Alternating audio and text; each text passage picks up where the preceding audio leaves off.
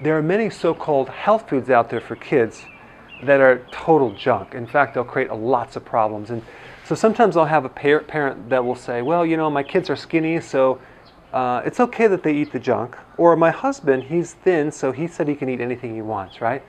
So I want to talk about all the other problems that occur in addition to being overweight when eating junk food. So let's actually do that in the whiteboard over here. Let's go inside. So let's talk about the absolute worst so-called health foods for kids, right? So number one, the biggest one would be juice. Parents think that juice is healthy for kids, fruit juice, right? So they do the juicies, they do the orange juice, grapefruit juice, and they send it home with their lunch, thinking that it has some kind of vitamins.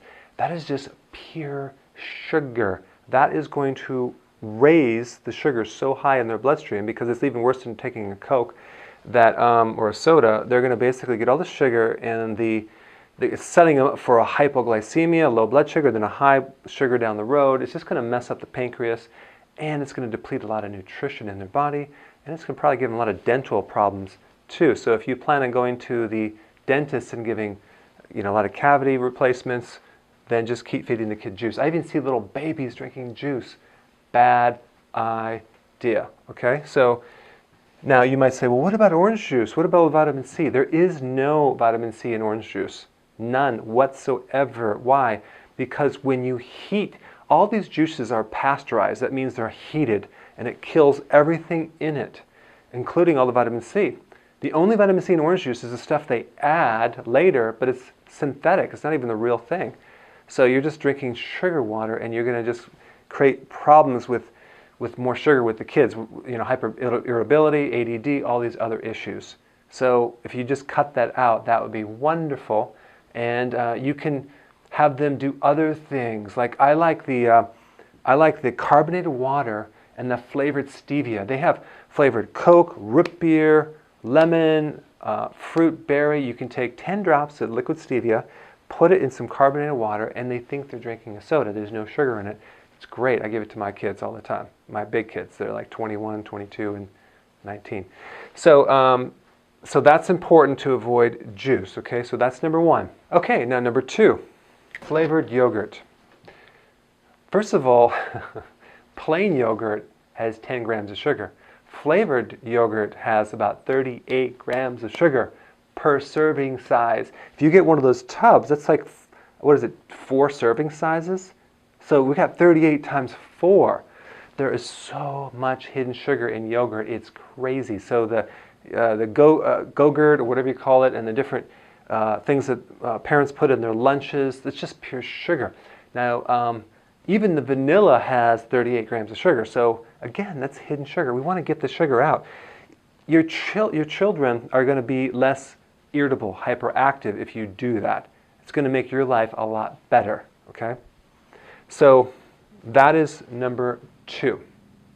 Let's go to 3. Weight gain shakes. So your child needs to gain weight, right? So you give your child Ensure or maybe Pediasure or some type of drink which is loaded with vitamins and calories to gain weight. Well, let me tell you something. First of all, it's tons of sugar. The first ingredient is like sugar, okay? So we got hidden sugars, and it's all synthetic vitamins. So you're really not getting the real deal.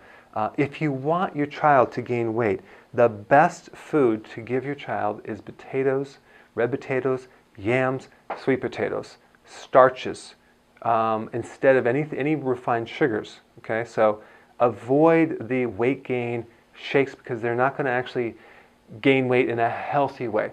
Okay, number 4, whole grain cereal. Well, first of all, most of that whole grain is made from flour that's been sitting on the shelf for about 6 months. And when you grind the grain, you lose a lot of nutrition right away.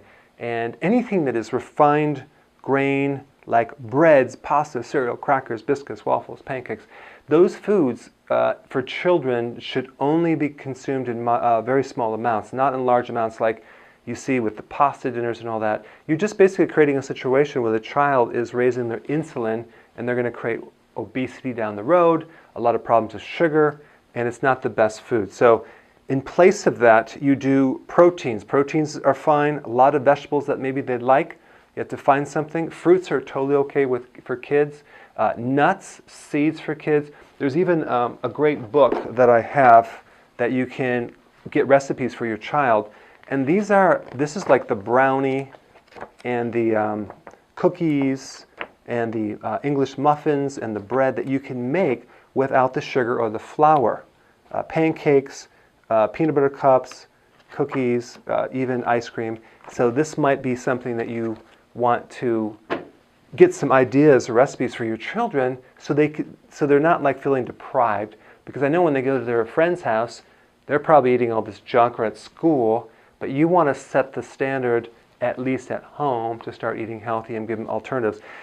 My kids do not know the difference between the junk and this right here. This is healthy junk. They don't know the difference. I don't even perceive the difference. Actually, this is better because it doesn't leave that aftertaste in your mouth. So again, kids, you got to watch out what you give them. Don't give them the gummy bear vitamins.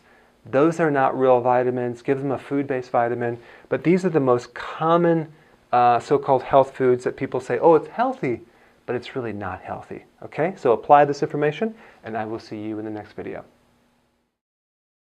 Hey, before you leave, I just wanted to give you a little quick history on some of the books that I wrote. This was one of the first books. It's called Dr. Berg Body Shapes. It was my attempt at writing about body types. What was very interesting about this book is I actually did all the images myself. Don't ask me why. They look actually not quite as professional as some of the images that I have in the new book. But anyway, this is my first attempt right here called Dr. Berg's Body Shape Diets. And then I wrote a book more extensive called The 7 Principles of Fat Burning. I don't even have a copy anymore, actually, because it's outdated. The next book, I put about 1,000 hours into this one right here called The New Body Type Guide. Major updates on the body types. I put a lot of energy into this. It has professional images, graphics, all sorts of things. Now, the problem with this book is it doesn't really describe what this is really about. Body types are only a small portion of what's in this book.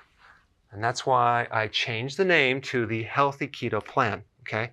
If you happen to have this book, you don't really need this book because there's only very, very minor updates. But if you don't have this, you need to get this one right here. This book goes into every single detail that you would ever want to know about. It goes into the 7 principles of fat burning. It goes into hormones, the body types, the basic keto plan. It goes into intermittent fasting. I talk about the 10 fat burning triggers and blockers and fat burning strategies with a lot of details in every single chapter. I go into body issues that interfere with losing weight. There's very few people that just have a weight problem. They have a lot of body issues, whether it's sleeping problems, stress problems, inflammation, menopause. I cover that extensively in this book. Then I talk about how to get rid of stress, and I show you a technique. Then I get into exercising. And then I have a lot of really good recipes in this book as well. So this is a good reference guide. On my website, if you get this book, you get this one free. It's called Healthy Keto Intermittent Fasting. This is the shortcut, quick guide to this book. And the reason I created this book is to have you, within 45 minutes, learn how to do keto, okay, in intermittent fasting, exactly what you need to do. Then you can fill in the blanks with this book right here. So right now I'm doing a special. If you get this book, you get this one totally free, or you can go to Amazon and get these individually. So I just want to clarify the difference between this book and this updated one right here. If you don't have this, you need to get this right here. That way you can get the exact correct information to do it healthily.